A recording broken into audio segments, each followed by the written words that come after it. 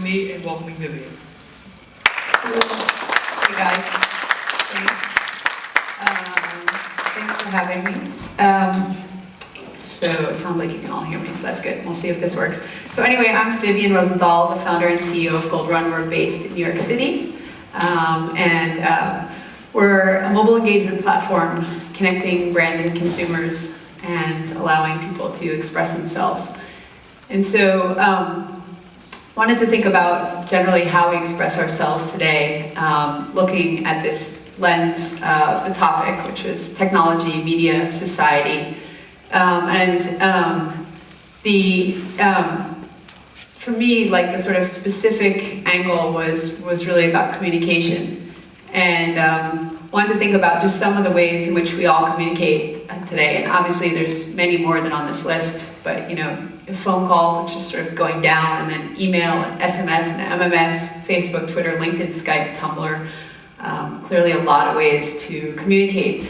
And I was looking at what trends are starting to emerge, and I felt like those were the idea of immediacy and a sort of visual focus or bent to the type of communication. And so that's what we're starting to see, obviously really widespread in Asia, but it's also now being adopted in the US.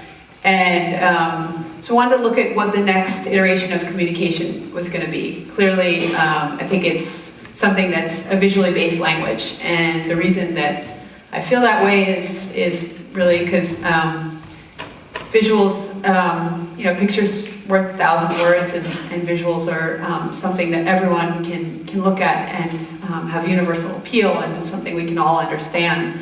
And so I want to look at who's communicating. And so there's people, which is really one of the obvious answers, right? But so people I would just define as, you, me, your friends. It's sort of a more personal dialogue that's not mitigated through any kind of outward sort of lens. And then we have consumers. And this is different. I put this in another category because consumers are very much looking at what there is to buy. And obviously we're all sort of berated all the time with things that brands want us to buy. And so that's why I sort of separate out the people from the consumers, in the sense, of course, we're all consumers all the time. Every day we're making hundreds of decisions. But when we have a conversation just privately with a friend, that sometimes is able to be private, but not often, not if it's happening on a social network where we're just being mined for data. And then we have the brands, which are talking to the consumers, trying to turn a user into a consumer, right? So what's changed recently, which is pretty exciting, is the idea that it was pretty one-directional, and now it's two-directional.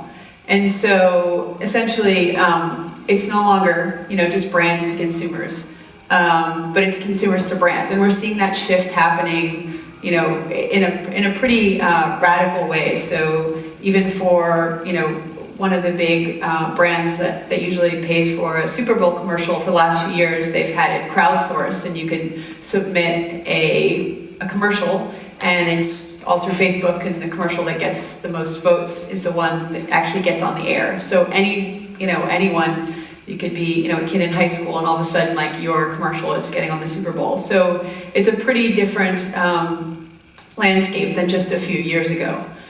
And more importantly, we're also starting to see consumer-to-consumer conversation becoming really important. So, it's not just the brand telling you what to buy. It's actually you telling your friend, whether it's, sort of inadvertently or not, what you like. And the studies are showing that is actually more impactful often than the brands. And why is that? Well, it's because your friends believe what you like to be genuine. So there's an authenticity to it, which is pretty interesting. So there's a big shift, not just between consumers and brands and consumers, but also just sort of consumer to consumer recommending things. And that's what I was really focusing on when I was thinking about creating Gold Run, is how how people are going to communicate. So if we've established that the language of the future is a visually based language, if you buy into that visuals are basically universal and democratized, which I very much do, then we want to see, for example, how this impacts things like politics, how this impacts advertising, how this impacts film, sports, and so on. And so I, was thinking along the lines of, what could you do to take the campaign and bring it to life? And so with our technology that we developed, we just decided to do this campaign that would let you virtually vote for Obama. So who in this room has either an iPhone or an Android? Just put your hand up. So almost all of you. Okay, so just if you could, so there's Wi-Fi in here. I think it's just called TEDx Poly. So take out your phone, if you have a smartphone, and go on the TEDx Poly Wi-Fi. And I'd like you to go to the App Store, and you can just do this while I continue to talk. Go to the App Store, search for Gold Run, and download it. And I want everyone today to, unless you're really, really big Romney fan, in which case you don't have to do this, but otherwise, if you're not, to go ahead and take a photo showing your support with Obama. So literally, you get to pose with Obama, you can put up a virtual poster, this is something we just launched last week, launched it with Alexandra Kerry, Senator Kerry's daughter. She was looking at user-generated political videos, and I was looking at user-generated political photos. And so we sort of just decided to combine our two initiatives and put it under one umbrella. So this was just covered in Creativity magazine. Creativity is a great magazine that's sort of highlighting everything that's happening in the sort of brand advertising, tech media landscape. And so, just would love you to take photos and post them online on Facebook, Twitter, and spread the word. You do have to log in through Facebook or Twitter to do this. And so, this was really thinking about how just images become so powerful and how they can carry a message. And, so one of the things that I was thinking about, having developed this technology, is it doesn't have to be just a communication platform for brands. It also can move into things like politics and sort of democratize the vote. Let anyone of any age virtually vote by either posing with Obama, posing with Michelle, with Biden, or virtually tagging a sticker on a building. And so we're seeing sort of people across the country participating in this effort. And you might have someone who is of voting age or isn't, but if they're not, they can then push their parents or their older siblings out to vote, which becomes critical. So hopefully you'll all participate. And these are just some of the photos that we take, that users take, that basically we're seeing through our content management system. So hopefully we'll see some of yours later today. And it's probably going to be better when you take them outside rather than in a dark room. But so feel free to take some outdoors. So in the same way, I was thinking about, well, what if, going back to communication, what if Twitter hashtags became visual?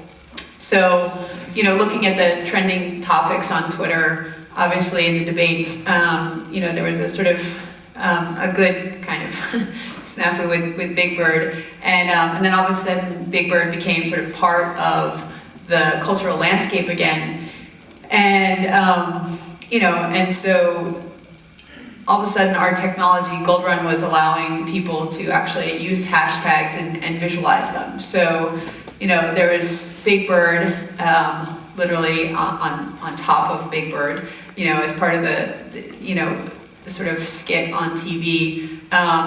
Someone's going to have an epic fail, which was another trending topic, and so we'll see who that turns out to be. And someone's going to have a really winning result in a few weeks. And then someone's going to have made my day, hopefully, and a lot of people's day. So we wanted to sort of start to be able to tell a story through visuals combined. with text. And this is something else that we're doing.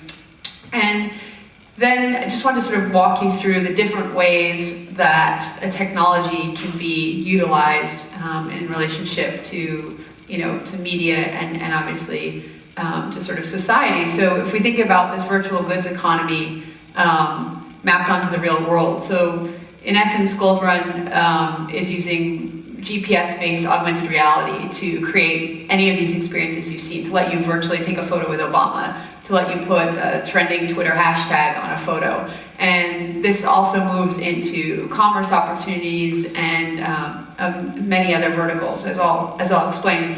So I started to think about virtual commerce. Online you have e-commerce, and offline I started to think about it as v-commerce or virtual commerce. So it's the idea that basically you can have these virtual pop-up stores and actually buy things as you're walking around, and we create geo-fenced hot zones. So I'm just going to play a quick video to show one of the first campaigns we ever ran. Can you turn off the sound out there? Or I'll restart it, but it doesn't really work without sound unless I have to narrate it.